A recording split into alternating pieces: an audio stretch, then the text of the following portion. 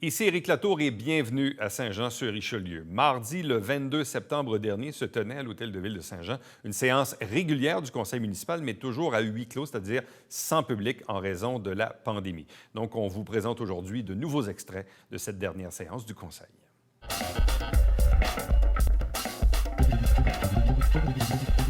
Un remerciement à M. François Vaillancourt, proposeur. Excusez-moi, M. Archambault. Oui, il est proposé d'adresser des sincères remerciements à M. François Vaillancourt pour avoir contribué au développement de la ville de Saint-Jean-sur-Richelieu tout au long de son mandat. Que les membres du conseil municipal souhaitent une bonne continuité à M. François Vaillancourt dans ses futurs projets. Proposeur. J'appuie Michel Gendron. François Gendron, appuyé par Michel... François Auger, appuyé par Michel Gendron. Est-ce que quelqu'un demande le vote? Donc, adopté. Je pense que c'est appuyé à l'unanimité aussi. Adopté à l'unanimité. C'est appuyé par M. Gendron, appuyé à l'unanimité.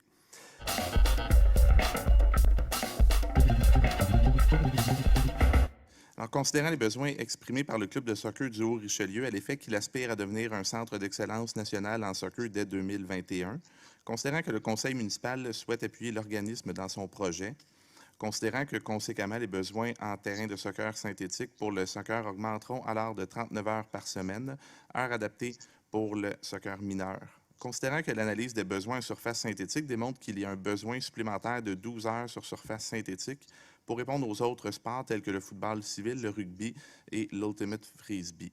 Considérant que la Ville déposera une demande de subvention au gouvernement du Québec dans le but de convertir le terrain de soccer-football de la polyvalente Marcel Landry en collaboration avec le Centre de services scolaires des Hautes-Rivières en surface synthétique. Considérant que ce terrain ne répondra pas à tous les besoins d'une surface synthétique, considérant que l'aménagement d'un terrain de soccer synthétique supplémentaire permettrait de répondre à la totalité des besoins, considérant qu'un montant a déjà été réservé à même les surplus de l'année 2018 pour des infrastructures sportives, considérant la résolution numéro 2020-0138 adoptée à l'unanimité par le conseil municipal le 28 janvier 2020. Me chercher une couverte. Monsieur Fontaine, si vous voulez mettre votre micro à muet, s'il vous plaît. Jean, j'en ai pas de couverte. Je peux pas t'en donner. Merci, s'il vous plaît, messieurs. Donc, il est par conséquent proposé de mandater la direction générale et les services municipaux concernés pour lancer le processus dans le but de réaliser un terrain de soccer synthétique au parc Pierre-Benoît, de mandater les professionnels internes et externes afin de préparer les plans et devis, de réaliser et de superviser les travaux, que les travaux prévoient notamment l'acquisition des buts de soccer à 7 et à 11 joueurs, ainsi que les travaux de déplacement des lampadaires, le cas échéant, que les travaux de conversion soient réalisés dans les meilleurs délais, soit en 2020-2021, que la direction générale soit mandatée afin de retenir les services professionnels requis et de procéder à l'embauche d'employés nécessaires afin de réaliser ce projet, que la direction générale propose les modes de financement appropriés pour le financement du projet et que la direction générale rapporte périodiquement au maire ainsi qu'aux membres du conseil municipal l'évolution des différentes étapes de la réalisation du projet. Merci beaucoup, M. Archambault. Est-ce que nous avons un proposeur? Marilyn, je propose. Appuyé par Michel Gendron. Est-ce que quelqu'un demande le vote? Adopté à l'unanimité. Monsieur le maire, je me demande s'il n'y aurait pas lieu de mettre la résolution au jour, comme ça devient une nouvelle résolution. Quand on dit considérant que la Ville déposera, peut-être qu'on pourrait dire à déposer. Juste ça, là, tu sais, pour actualiser la résolution, si le proposeur puis l'appuyeur. OK, je pense qu'on peut. Est-ce que le proposeur, Mme Charbonneau et Michel Gendron, vous prenez cette modification? Oui. Marilyn, oui. Oui. Donc, est-ce que quelqu'un demande le vote? Personne. Donc, adopté à l'unanimité.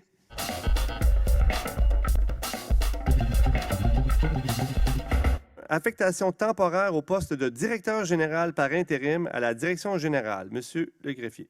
Il est proposé d'autoriser l'affectation temporaire de M. Stéphane Baudin au poste de directeur général par intérim à la direction générale, et ce pour la période du 1er septembre 2020 jusqu'au 10 janvier 2022. Marilyn, je propose. Appuyé par Yann Landlois. Quelqu'un demande le vote? Adopté à l'unanimité. 8.2, affectation temporaire au poste de directeur général adjoint, opération par intérim à la direction générale. Monsieur le greffier. Il est proposé d'autoriser l'affectation temporaire de M. Daniel Dubois au poste de directeur général adjoint opération à la direction générale, et ce pour la période du 1er septembre 2020 jusqu'au 10 janvier 2022. Propose.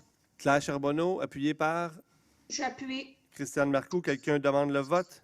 Adopté à l'unanimité.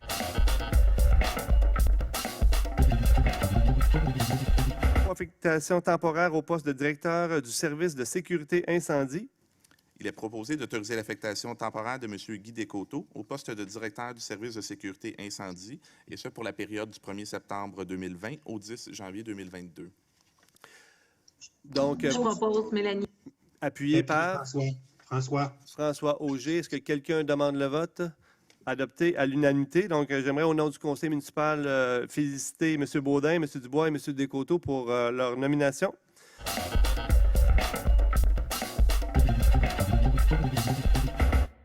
Adoption d'un nouvel organigramme du service de police. Il est proposé d'adopter un nouvel organigramme pour le service de police daté du 22 septembre 2020, tel que montré à l'annexe I de la présente résolution, et que ces modifications soient effectives à compter du 23 septembre 2020. Proposeur. Propose. Claire Charbonneau, J'appuie. appuyé par Mme Marcoux. Quelqu'un demande le vote? Adopté à l'unanimité.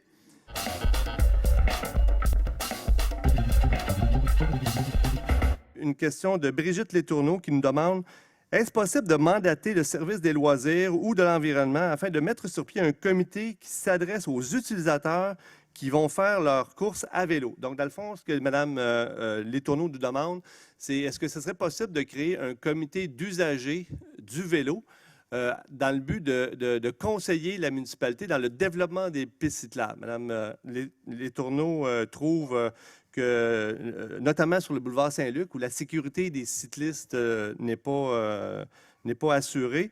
Notre réseau cyclable dans la municipalité, sur papier, tout est raccordé, mais dans les faits, il y a beaucoup de tronçons qui sont manquants. Donc, la question est pertinente. Donc,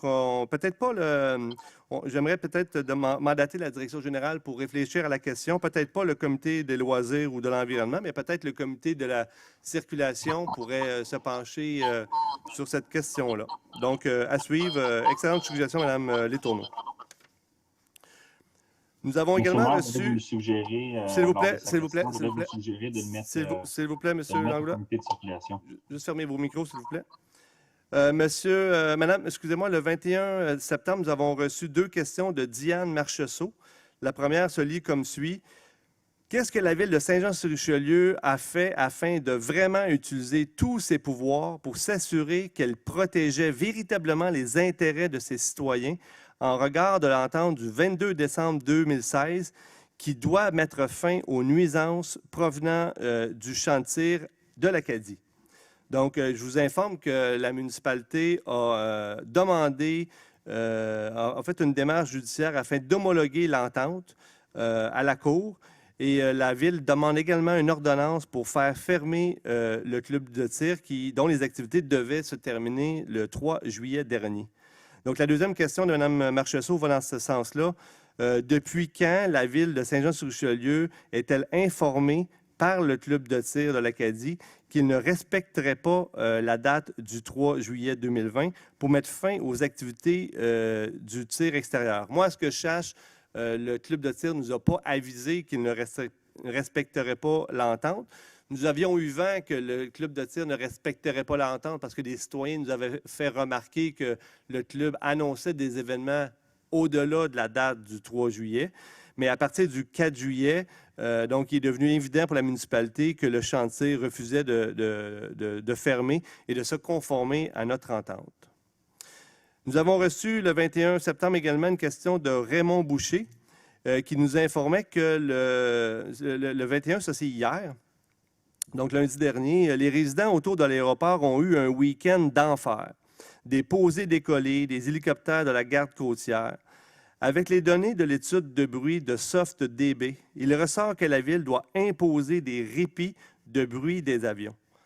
La seule manière pour y arriver est la restriction des posées décollées et un nombre limité, réduit par rapport aux années passées, pour les autres utilisateurs, dont principalement l'école de vol à voile.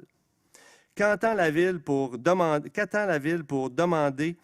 et obtenir des restrictions importantes alors que la Ville traîne le problème depuis des années? Effectivement, M. Boucher, vous êtes bien au fait de la problématique. Vous êtes nombreux dans le secteur de l'aéroport à soulever ces problématiques-là. Effectivement, en fin de semaine, moi aussi, j'ai eu de nombreuses plaintes de citoyens.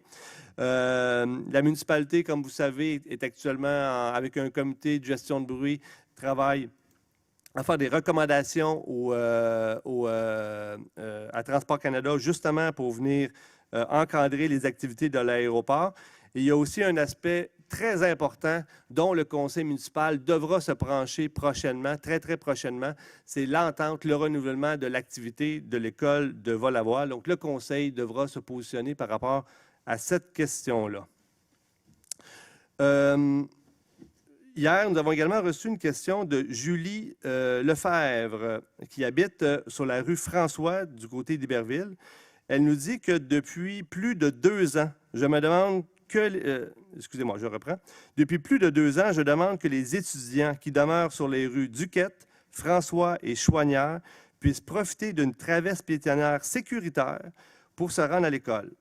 Comme plusieurs automobilistes n'immobilisent pas leur véhicule au passage des piétons à l'angle du boulevard d'Iberville et de la rue Héroux, j'ai pris l'initiative de recueillir le nom de ceux qui, comme moi, sont très inquiets. Donc, elle a recueilli plus de 100 signatures. Je demande qu'une traverse lumineuse soit installée dans les plus brefs délais.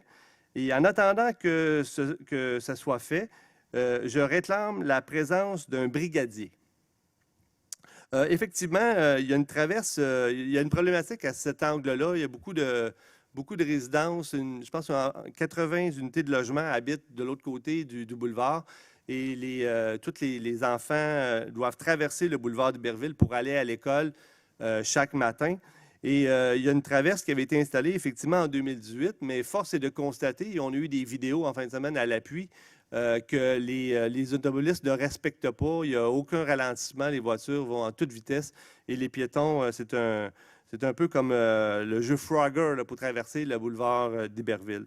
Donc, je trouve la suggestion très intéressante. Oui, il y a une traverse, mais peut-être aménager une traverse lumineuse comme tout près de l'hôpital qui permettrait justement un passage plus sécuritaire. Et effectivement, peut-être que nous pourrions envisager un brigadier le temps que ces travaux-là soient aménagés. Donc, je demanderais, M. Baudin, vous êtes toujours là? Je vous demanderai d'analyser cette situation-là le plus rapidement possible pour l'intervenir parce que là, l'école est commencée puis le problème, il est quotidien. J'aimerais aussi, Justin, déposer la pétition. OK. Donc, vous allez l'envoyer au greffier. Donc, parfait. Donc, M. Bessette va déposer la pétition de Mme Julie Lefebvre. Et dernière question, donc le 22, une question reçue aujourd'hui. M. Dominique Choignard-Crèvecoeur nous demande « Quand allez-vous mettre fin au huis clos des séances du conseil de ville? Quels sont les critères qui déterminent la décision d'être à huis clos ou non? Autrement dit, qu'est-ce qui fait que tout se déroule en huis clos depuis le début de la pandémie? Et quels critères feront en sorte que celui-ci sera levé? » Une excellente question. On en a abordé au début de la séance du Conseil. Premièrement, lorsqu'il y a eu la COVID, le confinement, toutes les activités ont été fermées. Donc, il y a eu un décret ministériel permettant les tenues de séances publiques à huis clos et permettant la présence des élus par Zoom. Cependant, bon, là, il y a eu un processus de déconfinement. On a permis des activités dans les restaurants, dans les salles de spectacle, dans les salles de cinéma. Et puis, la ministre des Affaires municipales a permis, depuis le 4 juillet dernier, permet la présence des citoyens. Et c'est pour ça que j'ai demandé à ce qu'on aménage la salle ici de façon à permettre une distanciation entre les citoyens. Et on peut accueillir une vingtaine donc, de citoyens. On pourrait, en théorie, accueillir une vingtaine de citoyens. Mais malheureusement, certains élus à la Ville de Saint-Jean donc, refusent la présence des citoyens. Donc, c'est un dossier, M. Choignard-Crèvecoeur, qui est à suivre. Puis on pourrait, en passant, M. Berthelot en a évoqué tantôt, il y a une problématique d'accessibilité aussi à la salle. On est sur le point d'entreprendre dans ces jours-ci des travaux pour rendre accessible l'hôtel de ville. vous vous souvenez, M. Guillemette avait soulevé que la salle n'était pas tout à fait accessible pour les chaises de gros gabarit. Donc, la problématique, elle est bien réelle. Donc, nous avons donné le contrat déjà, les travaux. C'est des travaux qui de l'ordre de près d'un demi-million de dollars pour revoir toute l'entrée, toute la façade de l'Hôtel de Ville pour permettre l'accessibilité à tous. Donc, ces travaux-là se poursuivront en septembre, octobre, novembre jusqu'en décembre. Donc, il serait possible pour le conseil municipal, durant cette période-là, de tenir nos réunions à l'extérieur de l'Hôtel de Ville. On pourrait louer une salle comme à l'hôtel ou au Cabaret-Théâtre ou au Théâtre des Deux-Rives et permettre la participation des citoyens en toute sécurité, évidemment, en permettant la distanciation sociale et avec des mesures d'hygiène pour éviter la propagation du virus. Comme on fait partout, dans le fond, on est habitué maintenant à se protéger. Donc, voilà pour ce qui est des questions, de la période des questions.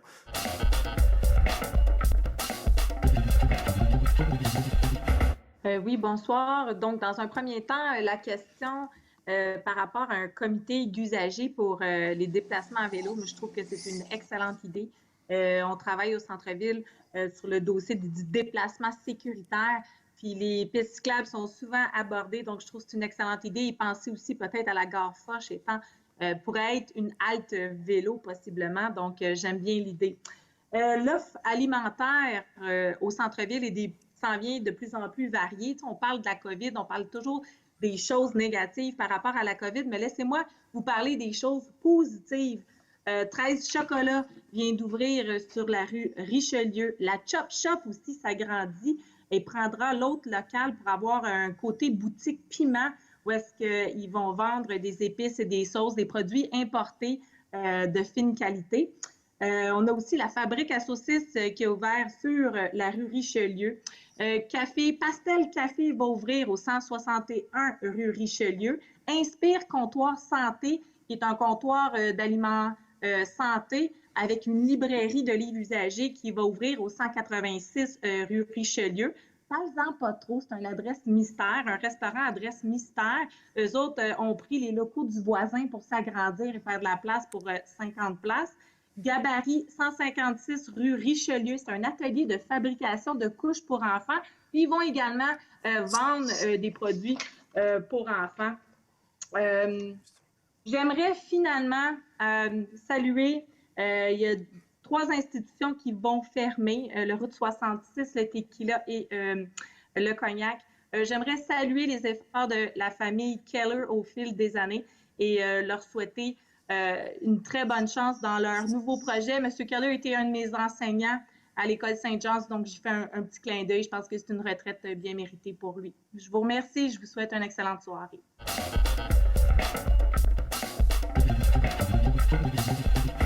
Dans un premier temps, j'aimerais déclarer avoir fait une offre d'achat acceptée pour le 388 Saint-Eugène. Dans un deuxième temps, j'aimerais corriger. La dernière fois, on a parlé des grandeurs, des superficies qui restaient à développer à Saint-Jean. On a eu un paquet de superficies d'arbres, d'arpents, puis on s'est amusé avec des grandeurs. La vraie grandeur qui reste à Saint-Jean est 73,4 hectares. C'est ce que M. Castonguay nous a envoyé. Là-dessus, il y en a des parcelles qui ne sont pas desservies, qu'il faut mettre les infrastructures, pareil comme le terrain présentement, qui n'est pas desservi. Fait qu'il reste vraiment 73,4 hectares superficie totale à développer à Saint-Jean en parc industriel. Fait qu'on a la vraie information après plusieurs grandeurs. Dans un deuxième temps, j'aimerais moi aussi féliciter puis remercier la famille Keller pour les nombreuses années qu'on a passées au Tequila, au Cognac, aux Routes 66. Je pense que tout le monde a des bons souvenirs ou des moins bons, mais on a tous des souvenirs de ces 3 institutions-là qui vont quitter, espérant qu'il y ait quelque chose d'autre pour les remplacer. Je les remercie pour ces bonnes années. J'ai connu ces années-là quand j'étais plus jeune. Puis, on a quand même eu du bon temps. Dans un troisième temps, j'aimerais vous parler de chicane, parce que j'entends souvent parler de chicane. J'entends souvent dire que M. Laplante est chicanier. Mais quel ne fut pas mon étonnement quand j'ai ouvert le journal, puis de voir que l'équipe pour Saint-Jean, la quantité de démissions pour l'équipe pour Saint-Jean, le directeur, celui qui s'occupe des communications, un conseiller, bien là, j'espère que ce n'est pas la faute à M. Laplante, à moins qu'il ait été faire un tour et que vous l'avez recruté comme maire dans votre équipe. Je ne vois pas où que la chicane pourrait pogner. Fait que, à un moment donné, des fois, c'est facile de dire que M. Laplante est chicané, mais quand je regarde ça, j'ai l'impression qu'il y a de la chicane à l'intérieur de même parti qui dénonce la chicane. Il faudrait peut-être que vous preniez un petit peu de temps pour régler tout ça parce que ça paraît pas bien. Là. Puis, en plus, on annonçait dans le journal qu'il y avait d'autres démissions à venir. C'est pas qu'est-ce qu'il y a de mieux là-dedans. Là. Fait que je sais pas qu'est-ce qui se passe, mais ça n'a pas l'air à bien aller. Tu sais, des fois, il y en a qui laissent une belle apparence à l'extérieur, mais à l'intérieur, ça va pas bien. Je pense que dans le parti, il y a un petit peu de ménage à faire parce que ça n'a pas l'air à bien aller.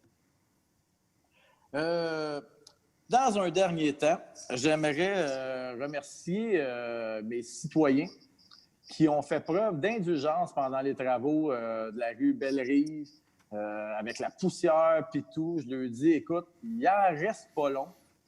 Continuez à patienter, on va avoir une belle rue. Mais je comprends que ça occasionne beaucoup, beaucoup de troubles. Si vous avez quoi que ce soit, des choses qui ne fonctionnent pas bien, n'hésitez pas à m'appeler. J'ai répondu à toutes vos questions le plus rapidement possible, grâce à la direction générale aussi qui me font un retour rapidement. Écoute, lâchez pas, je pense qu'on va avoir une belle rue, mais il nous reste encore un peu de travaux. Sur ce, je vous souhaite bonne soirée, puis faites attention à la chicane, il faudrait éviter ça. Merci beaucoup.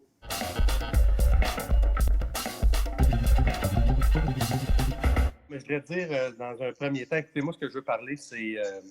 on a une rentrée scolaire, on a connu ça, on est encore dedans, si on peut dire. On est encore en période d'ajustement, mais c'est pas facile autour de l'école Saint-Eugène. Beaucoup de parents me contactent, beaucoup de problématiques. Premièrement, une grave problématique que je pense qui a été réglée, c'est qu'on imaginait que certains parents se stationnent et des entrepreneurs, là, quand on faisait la rue Vernois, se stationnaient dans la piste cyclable sur la rue Saint-Eugène. Alors, on a agi rapidement là-dessus. Je m'adresserai aux parents. Mon message serait à vous. Je pense que ça relate un peu tout ce qui me vient aux oreilles, de la part de la direction aussi. On est pressé, on part souvent à la dernière minute. Puis, il y a certains parents qui, imaginez-vous donc, se stationnent sur la rue Turgeon, mais parfois dans les cours d'entrée des maisons. Et puis, j'ai l'impression que certains parents, s'ils pouvaient rentrer dans l'école, stationner leur enfant à côté de leur bureau puis s'en aller, ils le feraient. Donc, je demande une collaboration spéciale aux parents de laisser leurs enfants le plus loin possible de l'école. Il y a des trottoirs, notamment sur la rue Turgeon-Roman, pour donner accès à l'école. Et puis, aussi, on m'a demandé des 30 km à l'heure sur les rues Saint-Eugène et l'Anclos. Je peux vous dire que c'est à l'étude, c'est pas nécessairement facile parce que mettre des 30 km pas à l'avant de l'école, ça ne s'est jamais fait, sauf que les discussions sont ouvertes avec la direction générale, avec mes collègues, donc on va regarder ça aussi. Sachez que les policiers aussi sont mis de la partie. On les voit régulièrement, ils vont en donner des tickets, mais c'est sûr qu'ils ne pourront pas rester là à l'année, donc ce n'est pas une solution à long terme. Il y a aussi des dépliants qui vont être envoyés, qui vont expliquer le tout de la finalité de la situation finalement, mais en 2 lignes. Je pense que la solution, on doit se le dire, l'école Saint-Eugène, c'est une école piétonnière. Il y a 600 quelques élèves dans cette école-là. Alors, il ne peut pas avoir 600 parents qui vont conduire leurs enfants là, le matin. Donc, je demande aux parents, s'il vous plaît, de laisser vos enfants le plus loin possible. Puis, ils vont être capables de marcher puis se rendre correctement comme nous, on faisait quand on était jeunes. Deuxièmement, la rue Vernois. Donc, je suis très content. Vient de se terminer une autre réfection de rue dans Saint-Eugène, bordure, asphalte, égout, aqueduc. Donc, à chaque fois qu'il y a une rue qui se fait, je suis bien content. Puis je remercie encore les citoyens de la rue Vernois qui ont voté pour l'amélioration de leur rue. La Ville finançait la majeure partie des travaux, mais il y avait une partie qui incombait aux citoyens. Donc, merci beaucoup aux gens de la rue Vernois pour votre patience aussi, comme disait Justin tout à l'heure.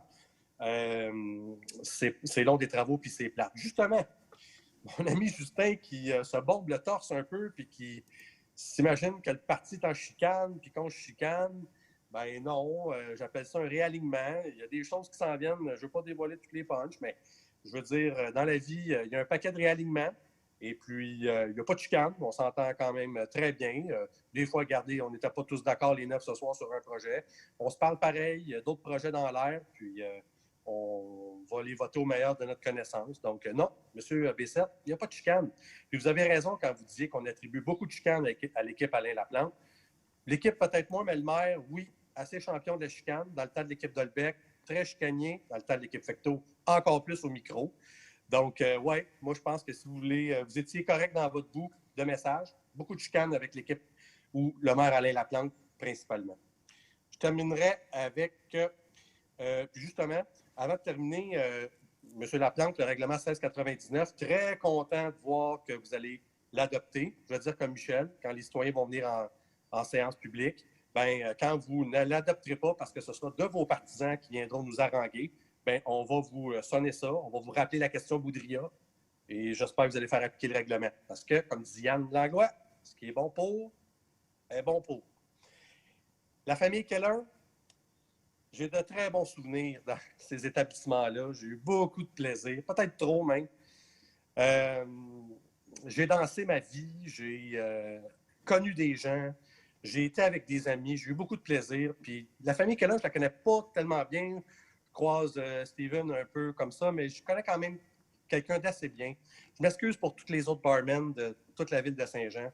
Mais mon meilleur barman à moi, c'était Bob Jenkinson. Je te remercie, Bob, de toutes ces belles années qu'on a passées ensemble. On a bu des verres, on a refait le monde entre deux clients, on a parlé de politique américaine. Rapidement, M. Fontaine, la 5 minutes est passée. Rapidement. Rapidement, Bob, je te remercie pour toutes ces belles années. Et puis, j'espère qu'il va y avoir, dans le fond, la succession, qu'il y aurait peut-être d'autres choses, parce que ça serait le fun qu'on danse à Saint-Jean, que nos jeunes enfants aillent danser à Saint-Jean au lieu d'aller danser à Brossard au 10-30 puis de dépenser leur argent là.